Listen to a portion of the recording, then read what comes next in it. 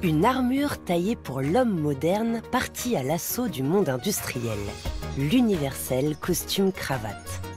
Le vêtement est un langage, et c'est un langage commun. Chacun peut le parler, en user, en abuser, le détourner. Le sens du vêtement se retourne comme on retourne sa veste. L'histoire du costume-cravate, la panoplie de l'homme moderne depuis la seconde moitié du XIXe siècle, est celle d'une silhouette bien ajustée, mais c'est aussi celle de ses désajustements, par les féministes, par les teddy boys, par les sapeurs congolais. C'est aussi l'histoire de l'industrialisation, l'histoire de la modernité, l'histoire de la manière dont on peut accepter ou contester l'uniformisation du monde. Complet veston est, oui, l'uniforme, le signe d'une réussite économique, d'un pouvoir politique, tout un monde accompagné par une nouvelle silhouette.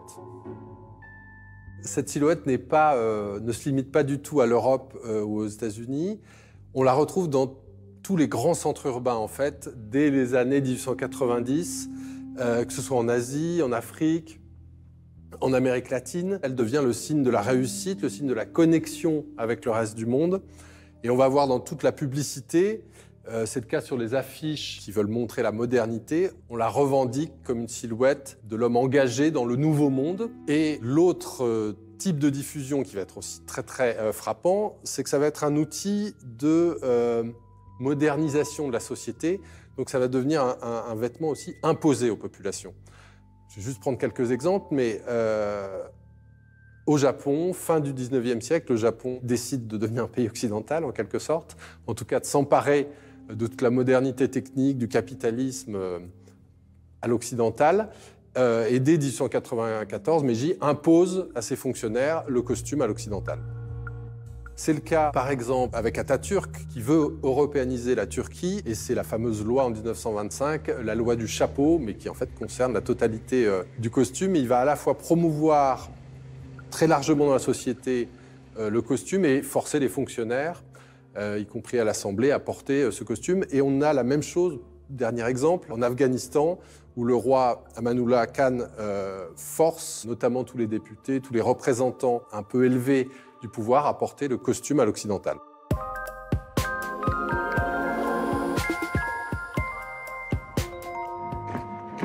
Abba Coste, Abba le costume. En 1972, ce mot d'ordre résonne dans tout le Zaïre. Fini la colonisation, fini le costume-cravate, fini le temps où il fallait dire à même la peau sa soumission aux Européens, à leur mode, à leur modernité. L'Abba Coste, c'est le veston sans col de Mobutu, l'anti-costume-cravate qu'il impose au pays. Son modèle, le col Mao. Depuis sa victoire contre le Kuomintang de Chiang Kai-shek en 1949, le Parti communiste chinois invente, pour dire son programme égalitaire, des tenues sans sexe, sans classe, sans âge. Aussi loin des tenues codifiées de la tradition chinoise que du costume occidental qui lui avait succédé du temps de Sun Yat-sen. À mesure que le maoïsme s'impose dans le monde comme fer de lance de la lutte révolutionnaire, les leaders anticoloniaux formés en Chine à l'art de la guérilla reprennent l'uniforme de leur maître chinois. Contre le costume de la modernité capitaliste, de la Chine au Zaïre, on arbore le col Mao.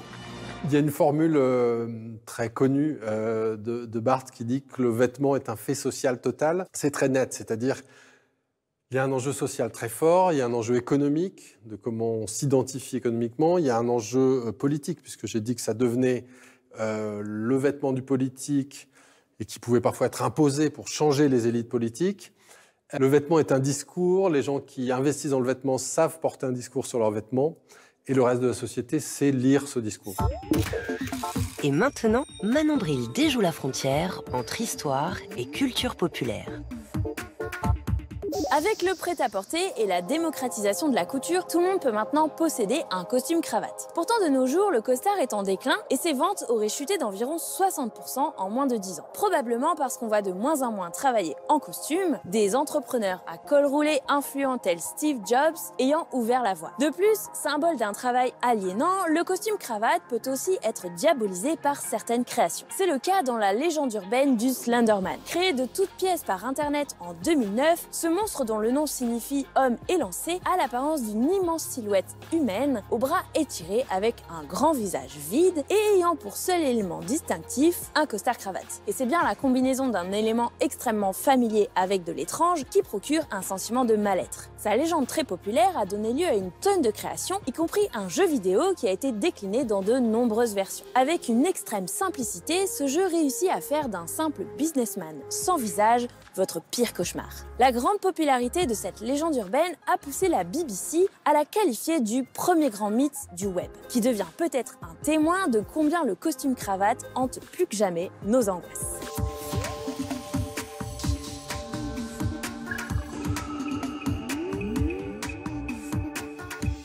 Alors, vous l'avez vu passer, Slenderman, l'homme élancé. C'est que nous entretenons un rapport embarrassé avec la modernité industrielle dont le costume cravate est l'uniforme. L'occidentalisation du monde a connu bien des contestations. Raison de plus pour ne pas détourner le regard face à cette question de la domination bureaucratique.